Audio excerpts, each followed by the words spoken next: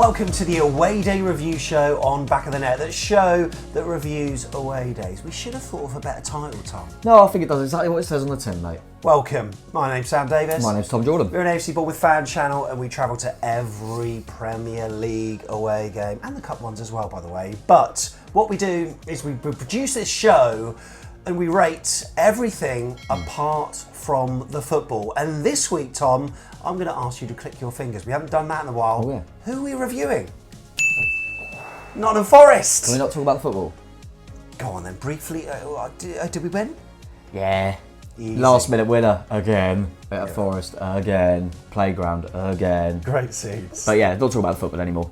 Dave might be watching this. Dave, I'm sorry. It was nice to meet you before the game. That would make it top tier for me. Just meeting you, Dave. Yeah. Good However, look, yeah, this is a show where we've Definite done red it. card, by the way. Definite red card. You're having a laugh, aren't you? But yeah, it's all about a number of key points, Tom, including. We talk about the car parking, the pre-match away pub that we go to, then the walk from there to the ground. Yeah. We'll do the wow factor now, don't we? Where we find a Bournemouth fan that's never been to that stadium before. Yeah. A view from the seats, pint, half-time stuff, the noise from the home fans, the atmosphere, and then the value for money at the end. And then we whack all that together. Yeah, we put on a tier list, Yeah. but the tier list, how is it constructed? So we've got points in there, so you can add them all up at the end. 10 at the top, which is a figure of beauty. Yeah. 8, happy enough. 6 for above average. 4, not the best. 2, just rubbish. Then right at the bottom, 0, just can't score this. And then, then we whack them into the little league table, mate, which kind of surprisingly, Man United are top of at the moment. You know whose fault that is? Tiggs. He went big on the wow factor, didn't he? He's falling down. Old Trafford is falling down, yet we have a 10. Yeah. Tiggs. I'm happy Brentford's up there. But look, it's this is your show, so you know.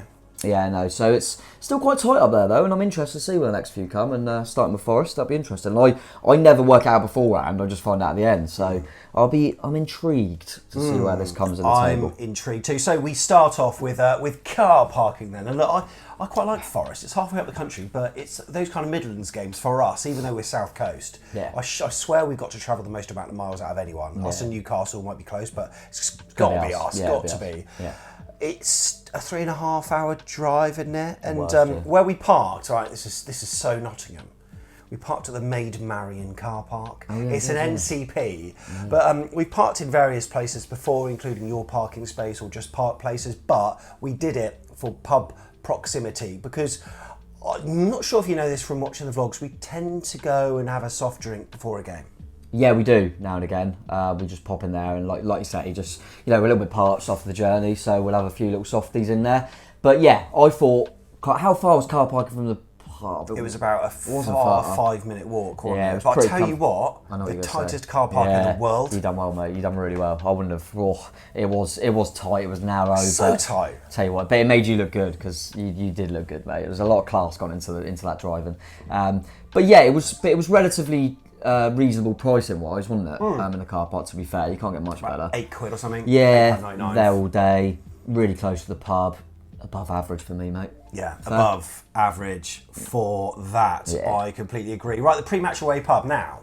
Canal House is open at 12. We got there a bit earlier than that because of my expert driving skills. So we went to the pub next door to it first, didn't we? We grabbed a drink in there. I lost my scarf, so I wasn't happy with that. So for that reason, wanted to downgrade it a few points. I won't, but that was my own fault. But then when we did go to the Canal House, it's ideal really because it's actually bigger inside than I thought. There's not many places to sit down, I've got to say, but then outside was massive. But it was a colder day. Yeah, we've been there before. We've always kind of been outside because it's been the weather for it. So yeah, a little bit more annoying when you've got to go in. They don't have a footy on. No, they don't. Which is a shame.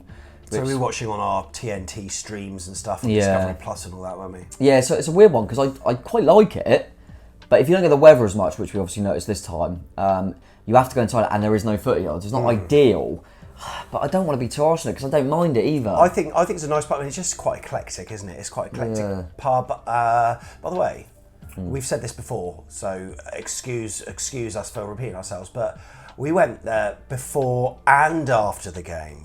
Although afterwards, just to go for a wee and for me to find my scarf. But we saw someone in there, didn't we? Oh yeah, we saw, what's his name? Lad Baby. Lad Baby. Yeah. 3 number 1 hits in a row. Like the Spice Girls managed that one, so he's on par with them.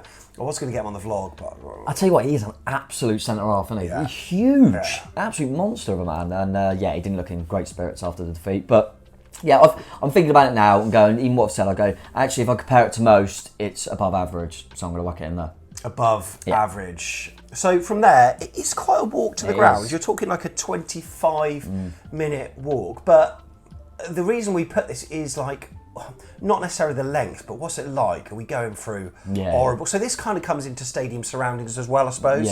But I think it's actually a really nice walk. It's a very straight walk, and it's very picturesque. You're walking over the Trent. I don't think it's overly taxing. No, it's not too bad. Like I say, it could do have been a bit closer. Yeah, I mean, some people drink at the Meadow Lane, which is obviously just across the other side, and they've got a sports bar that often opens then as well. The rugby club as well. Some people go there. But you're looking as though you're not too happy with this. I just don't like having to leave so early to go for. I like. I always think we did leave early. Yeah, you want like a 15-minute walk max. Really. When it goes over 20, I'll start going. But it's not horrific either. I'm going to go not the best because of the distance. Yeah. But I'm not going to go any lower because, like you say, it's not you're not walking through absolute garbage. It's a decent walk. Now, can I be frank with you? Yeah, I know what you're doing. We've got Ryan on. Ryan from Australia. Look, Kieran, I think we'll get him in for the Spurs one, the video that's coming out next when we do the away review for that. But Ryan wasn't there to watch the limbs last season, but he was this season. But it was his first ever experience at the City Ground. What did he score it? Over to you, Ryan. So the City Ground, or our playground as we like to call it now, it's a good stadium. The walk over the river and the stadium right next to it, it's pretty good surroundings. Then you get in the place, the concourse is big enough and does what it needs to, really, nothing special. But the stadium itself is, really nice. Made a lot of noise. You can still see it's a bit of an old school stadium that's been upgraded, but the way they've done it's quite nice. Great view from the away end, and to be fair, the result we got probably helps the score I'm giving them, but I think it was a great stadium, and I'd give it an 8 out of 10, so yeah, up the Ches. So Ryan has gone for 8. That's happy fair enough, and you know what? I agree with that because it's a lovely ground. I like it. It's steeped in history. Yeah. Next to the Trent, Mull of Kintyre. I really like that. But obviously we're not talking about the noise, we'll go into that. But the whole, I don't know, I really like it. Yeah. It's actually, it's not city centre by any stretch of the imagination, but it's walkable. It's walkable. Yeah, I actually think it's got that kind of look of, this is a proper ground. Yeah, I remember talking to Ryan before, like seeing when he was coming down, and straight away I went, you get to go to Nottingham Forest away. You'll love that. And they've got plans to develop it as well, by the way, and to increase its capacity and stuff and modernise it somewhat. And exactly, and I always think the reason I always think about it, and I go because they should be fine, but they're in and around it with us. Obviously, we're a bit higher at this moment in time. But I always go, I don't really want Forest to go down because I like the away day. I do like Forest away. So yeah, I think that's a fair rating, mate. Going quite strong for that. I thought you would. Next. View from your seat. It's actually a good view, I think, isn't it? I'm always pretty happy with it. Yeah, I think you've kind of got a decent view wherever you are, which is nice. You're surrounded by the home fans either side and all that stuff. Yeah, I quite like it. You've got them above you. Exactly, yeah. You've got them to the side of you. God, did we have a few above us? Yeah, and also, do you remember that? He lost his head, one of the guys. I think he got kicked out. Yeah, I think he did. And I kind of felt from the time, because he got kicked out at 2-1, I think. And I thought, you would have given us at 2-2, but then obviously we ended up getting the winner. But yeah, he was losing his head a bit. They always do seem to be a little bit more head lossy and rattly up top. Yeah. But yeah, I quite like that they're above and to the side. It gives a nice bit of banter and stuff. And yeah, the view in general, I always quite like it. Yeah, obviously don't want to go into the football too much, but we've seen some goals in that goal, and you feel like you're right on top of it, and then the players can run and celebrate with you. Yeah, and you go around a little bit to the side as well, like on the diagonal as well, so you've got the choice of what angle you're watching the game at, which I think is quite nice. Yeah. Fairly similar to the sort of kind of area at Brentford you get. You can go behind or you can go round to the side as well. So I do quite like it, and the view wherever you're at, I think is pretty good. So what are you going for the view? Above average? Yeah, above average. Yeah. I think that's...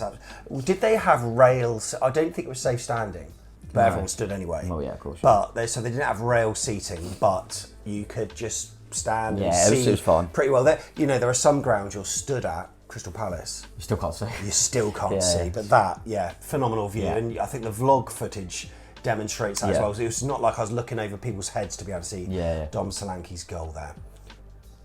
Pint of pints. Pie Yeah. and a pint. Now, Tom, Yeah. I've heard that you like having a drink and missing goals. Yeah, did I miss any in this game? I think I missed theirs. Yeah, you did. Yeah, Well, okay, so what we do is we verify and validate whatever Tom says with the Daily Mirror. Now, Yes. the price of a pie, if you're wondering. you went pie, I went pint. So we've done both there, because I Yeah. stood on your pie after the equaliser. Sorry, mate. mate. Well worth it. I forgot about that. Yeah, I just jumped down, didn't I? Just stood on your pie. Play the footage. So, deep in the throes of celebration, and there's me worrying about a pie. Yeah, I was thinking, what's that on my foot? It was £4.10 last season. Price has gone up 9%, so it's at £4.50 for a pie. It was one of them pies that was kind of wrapped in the. So sometimes you get a pie and it's just they put a bit, like a token bit of napkin over it, flap it over.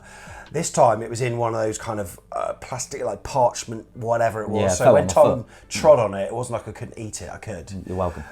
They do have little holes, but not enough for the dog Was shit it- on your shoe to get through. Was it nice? Can you remember it being Yeah, your but standard? Just what annoys me is they're so hot. They're so hot, and I know you got to have hot pies, but can't you heat them and just like keep it at a temperature that's edible? It feels like you can't eat it till the last, like right at the end of the Exactly, game. and you got to put it on the floor. Hence, what I did to like cool it down. I'll leave it 10 minutes. Didn't expect to get trod on. Yeah. Anyway, the pie was nice. A little bit pastry-y. Pastry-y, A little bit yeah. pastry-y. But what about the price of a pint, mate? Go on. Well, I'm not happy. I mean, it's a lot of money. Yeah. How much was it exactly? £5.80. Right, 4. Go on. Because you go £5.80, you go, that's expensive. If you get a decent pint, you are at the football, you know, whatever. I mean, you know what you get in London. I know it's not London, but you think, you know, you get it quite often. So £5.80, all right, I'll have a nice pint of Amstel or something. Bottle, What? Yeah. Carling. Oh, Carling. I hate Carling. The worst pint you can get, it's not even a pint, is it? It's a bottle of bloody Carling. I know, but that's got to be not a 330 ml. That's got to be a. I think it's a fairly big one, yeah. Yeah, 500 ml. Yeah. Yeah, but it's Carling, which is notoriously the worst lager, really, in it. Let's be honest. So that was absolutely crap. Wasn't happy with that at all. Paying that for Carling. I mean, I did it anyway, but wasn't happy about that. But so yeah, and your pie seems like it was alright. It's got to be just rubbish, isn't it? Oh, got to be, innit? Can you go any higher? Yeah, all right, then, just rubbish. It's your shout. Come on. Right, next, the noise. And we've said this so many times, you do have to tap into the football a little bit because it all depends how the game goes, I suppose. And, well, we know how the game panned out, mate, don't we? Yeah, we know it panned out. Try not to go into it too much. But I think there was obviously a bigger picture going into the game that it was Nuno's first game as manager. They had just sacked a very popular manager in Cooper, and I actually thought, it might be a bit toxic in here because they're not happy that they've let Cooper go. They got in Nuno, and I actually thought they were all right. Yeah, you know what? I think whilst there were some fans that were frustrated by Cooper's, and I get it because he represented all of the moral good because he's a brilliant man. And I spoke to Dave about it on Football's 12th Man podcast. He said what a phenomenal guy he is. I'm sure.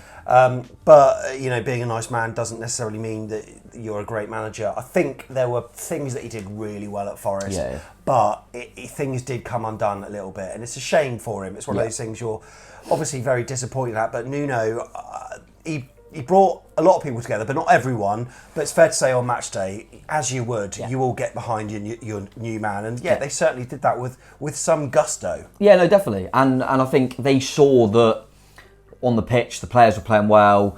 They were set up well. I mean, listen, we just tap into it a little bit more. They went down to 10 men early, and we won last minute. And they were a good side because when you put it into context, they're down to 10 men. I never felt in the game it looked like we had a man more. And we were on a good run. We were on a good form at the time. We're doing well. So I think Forest done really well, and I think the fans bought into that and thought, you know what, we're 10 men here. We're really fighting.